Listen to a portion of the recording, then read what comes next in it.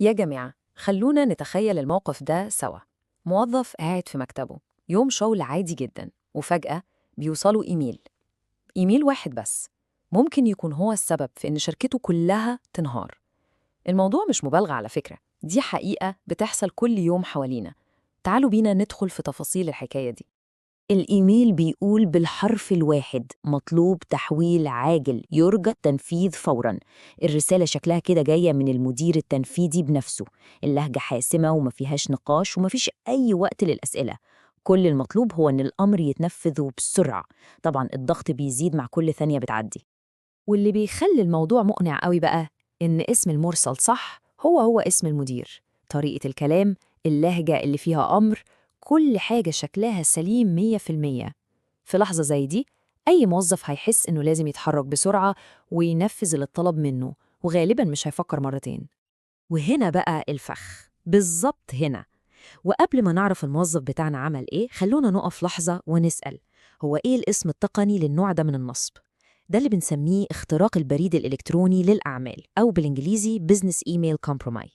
طيب، يعني إيه الكلام ده؟ ببساطة شديدة الBEC ده عملية نصب احترافية جدا بتستهدف الشركات. الهاكر بينتحل شخصية مسؤول كبير في الشركة، ممكن المدير المالي أو حتى المدير التنفيذي، عشان يضحك على الموظفين ويخليهم يحولوا فلوس كتير قوي أو يطلعوا معلومات سرية. المهم نفهم إن ده مش مجرد سبام أو إيميل عشوائي، لأ، ده هجوم مترتب ومتوجه لشخص معين. طيب، ممكن حد يسأل: إيه اللي يخلي هجمات الBEC دي أخطر من رسائل الفيشنج العادية اللي كلنا عارفينها؟ بصوا، الفيشنج ده عامل زي اللي بيرمي شبكة واسعة في البحر ويستنى أي حاجة تطلع، لكن الBEC ده هجوم موجه ومدروس جدا، بيستهدف شخص بعينه في شركة بعينها، بيعتمد على انتحال الشخصية وإنه يكسب ثقتك، مش مجرد لينك مزيف وخلاص. والهدف النهائي فلوس كتير، مش مجرد سرقة باسورد، وعشان كده اكتشافه بيكون أصعب بكتير. طيب، بعد ما فهمنا إيه هو التهديد ده، تعالوا نبص على حجم الكارثة على أرض الواقع. الأرقام الرسمية بصراحة مرعبة. حسب تقارير ال FBI وجهات أمنية تانية، الخسائر العالمية من عمليات النصب دي عدت $50 مليار في كام سنة اللي فاتوا. 50 مليار دولار، رقم ضخم لدرجة إن الواحد مش عارف يستوعبه، وده بيورينا قد إيه الهجمات دي ناجحة ومؤثرة. والنقطة المهمة هنا إن الموضوع مش بس للشركات الكبيرة، لأ، نفس الأساليب دي بتستخدم ضدنا كلنا كأفراد كل يوم. ممكن تجيلك رسالة شكلها من البنك، أو إيميل بتحديث مزيف عن شحنة مستنياها، أو يمكن طلب فلوس عاجل من قريب ليك، أو حتى تنبيه وهمي بتجديد اشتراك. كلنا في نفس المركب ومعرضين لنفس الخطر. تمام، كفاية كلام عن الخطر. تعالوا بقى نتكلم عن الحل. إزاي نحمي نفسنا وشركاتنا؟ الخبر الحلو إن في خطوات بسيطة وعملية جدا ممكن تكون هي الدرع الرقمي بتاعنا. يلا بينا نشوفها. الخطوات دي هي خط الدفاع الأول بتاعنا. أول حاجة، ولازم دي تحتها 1000 خط، نتحقق من عنوان الإيميل بدقة. بصوا كويس قوي، حرف واحد غلط ممكن يكشف النصب كلها.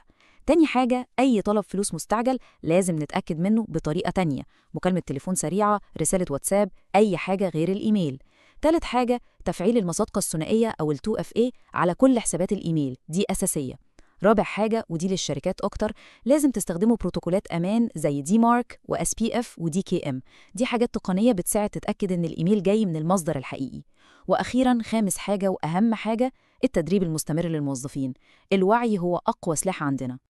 الخلاصة كلها والزتونة زي ما بنقول في جملة واحدة بسيطة ومباشرة: ثق، بس لازم تتحقق دايماً.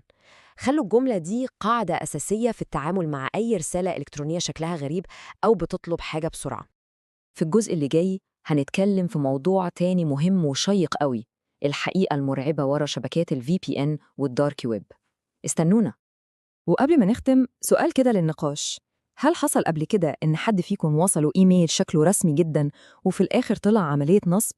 ولو حصل، اتصرفتوا إزاي؟